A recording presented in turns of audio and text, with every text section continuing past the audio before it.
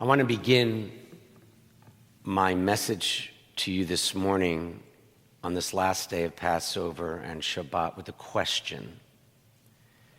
Did you know that Jewish law forbids excessive mourning?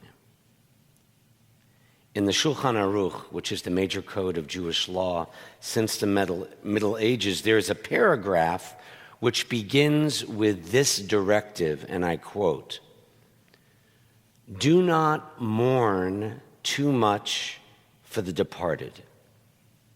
We're not supposed to have a morbid preoccupation with grief, even though we are taught to honor loved ones and pay tribute to them. We are forbidden, for instance, to visit a cemetery excessively. Judaism teaches us instead to permit life to bring healing. We're summoned to allow time to do its work and help us somehow move forward in life and adjust to the loss of those we've loved and cherished. In the context, however, you may wonder, then why does Jewish tradition schedule Yizkor memorial services so many times during the year in the Jewish calendar? Not just on Yom Kippur, but on Passover today, 6 weeks from now on Shavuot, 6 months from now on Sukkot. Doesn't that only increase the awareness of death and its consequences? In the Midrash, the rabbinic commentary on the biblical text, one beautiful parable I want to share evokes a thoughtful response to this question. The Torah reports that when Moses went up to Mount Sinai and stayed there for 40 days, you recall our people who had just received the Ten Commandments forgot his teachings, and convinced that Moses would never return, you know what they did. They violated those teachings and they built for themselves a golden calf. Then we're told God speaks to Moses and says, "These people are not deserving of my leadership." And God says to Moses, "Let me vent my fury and destroy them all, and I'll find a new people for you to lead, Moses." Moses, however, was not only a leader, he was also a lover of his people. And like a good parent, spouse, child, friend, he loved the people even when he was angry at them. So Moses tells God, "Since you asked my permission to destroy this people, I refuse to give it. All I want to know, God, is how can I save them?" And the Midrash then tells us, God says this: "If you can find 10 righteous people among them, for their sake, I will pardon all the rest of them." God remembered, of course, the 10 righteous people was all God had asked of Abraham at Sodom and Gomorrah. So Moses then searches everywhere, and all he can find, according to the Midrash, is 7 good people. 7 righteous ones. So in desperation, Moses returns to God and asks whether, in forming the minimum minyan of 10, could he count not only the 7 living, but 3 departed people as well. 3 people who died. And here's the amazing part.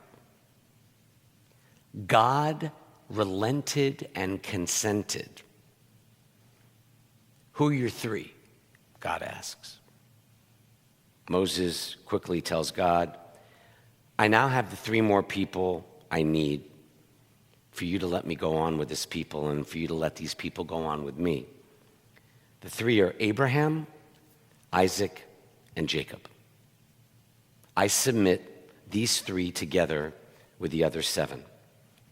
And God accepted that combination. And the Midrash concludes, for the sake of these 10 righteous people, both living and dead, the whole community of Israel was saved.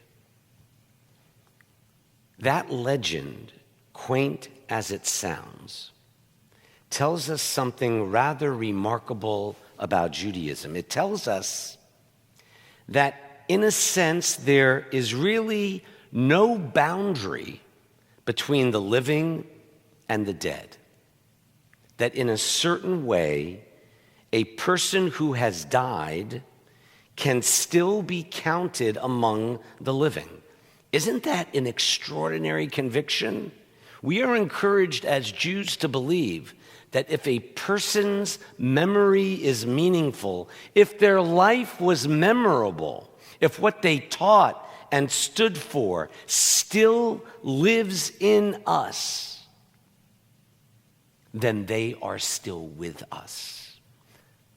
The dead actually do live on when they continue to inspire us in everything we say and do that increases the good in this world. If that happens, then they remain with us in life, even though they have also moved to the world beyond this one.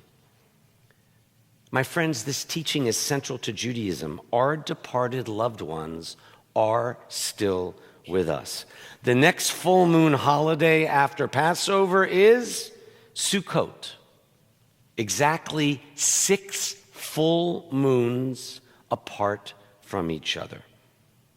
According to Jewish mysticism, certain guests, holy guests, are always invited to join us in the sukkah.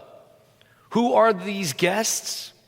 They include, according to this tradition, Abraham, Isaac, Jacob, Joseph, Moses, Aaron, King David.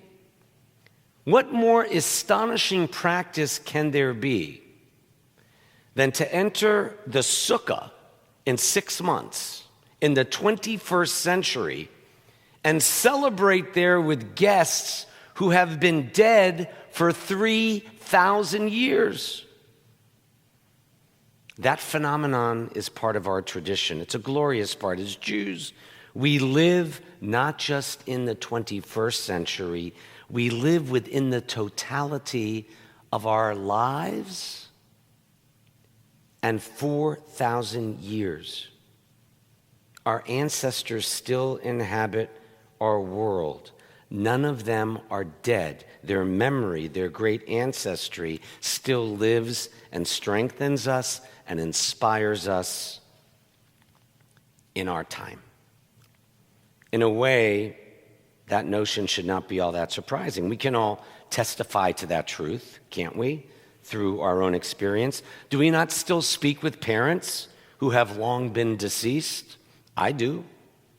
Or do we not still speak to a wife or a husband or a child or a sibling, a relative, a friend? Can we not still hear their voices at special times? Do we not still appeal to them for support, to help us through a difficult time or to give us strength to get up for a difficult task? This truth is the lesson of Yizkor on this last day of Passover. Yizkor is not a morbid practice associated with the dead. It is not by any means a ritual from which children should be excluded and shielded, as was so mistakenly assumed when I was a child.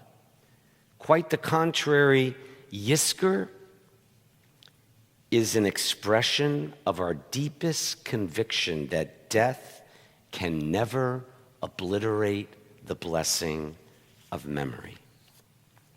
We think at this hour of those who have died, and we are convinced they are still with us, and we are a part of them. In Jewish observance, the boundary between the living and the dead is blurred. in families that love and believe and remember, there is a continuity of life. Even we here today, and those of you watching, can never die. Not if we live to our loved ones the memories we inherited from our past. The message of Yizkor is not to let death destroy those who have lived before us or permit it to compromise our own zeal for living. When we hear the names of our loved ones who have died, or simply think of them as we're about to do, truly we are also with them. And that connection is not for this Pesach Shabbat alone. It will only matter if it moves us tomorrow and the next day, so that you and I may leave to others the same kind of legacy we cherish for those who went before us.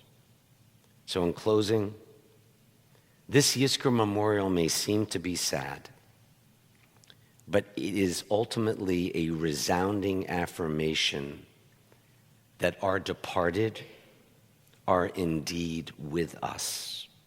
Those who once live, still live, and always will, so long as we are willing in all that we say and do to prove that it's true.